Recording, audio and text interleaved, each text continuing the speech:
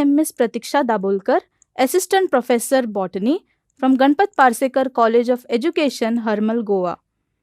Program Bachelor of Science, First Year, Subject Botany, Semester 2, Course Code BOC 102, Course Title Biodiversity 2, Vascular Plants.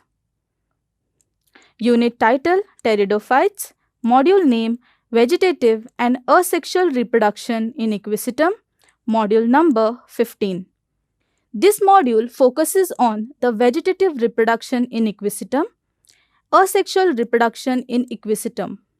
Under asexual reproduction, we are going to learn strobilus, sporangiophore, structure of a mature sporangium, dehiscence of sporangium, and the spore dehiscence. By the end of this module, the student will be able to describe the details of vegetative and asexual reproductive structures seen in Equisetum. Let us first begin by understanding the vegetative reproduction in Equisetum. Towards my right hand side, you can see a Equisetum plant. Equisetum plant has got rhizomes and they form these tubers. This tubers helps in the vegetative propagation. These tubers are developed due to irregular growth of some branched part at the nodes of the rhizome. Once these tubers detach from their parent plant, they remain in the soil for some time and on favorable condition, they begin to grow into a new plant. Now, these tubers vary according to the different species. For example, Equisetum arvens, the tubers are oval in shape, whereas in Equisetum telemachia, it is pear-shaped. Now, let us begin understanding how asexual reproduction in Equisetum takes place.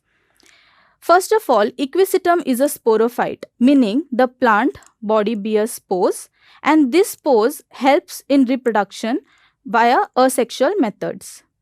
Equisetum is homosporous, meaning the spores which will be produced will all look similar. All the spores will be alike.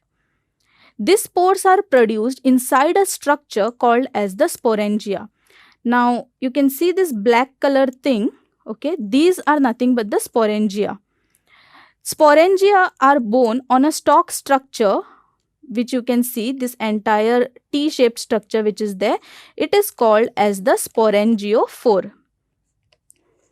Okay. Sporangiophores are aggregated, meaning all sporangiophores are pegged together into a cone-like structure.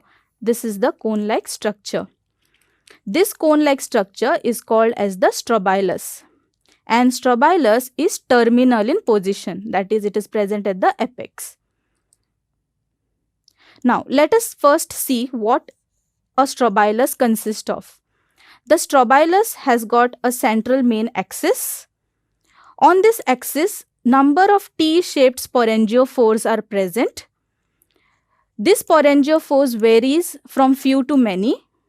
And at the end, a ring-like outgrowth is seen, which we call it as the annulus. Now, let us talk about this single sporangiophore. The single sporangiophore is umbrella shaped. It can be divided into two regions, that is the stalk and the disc.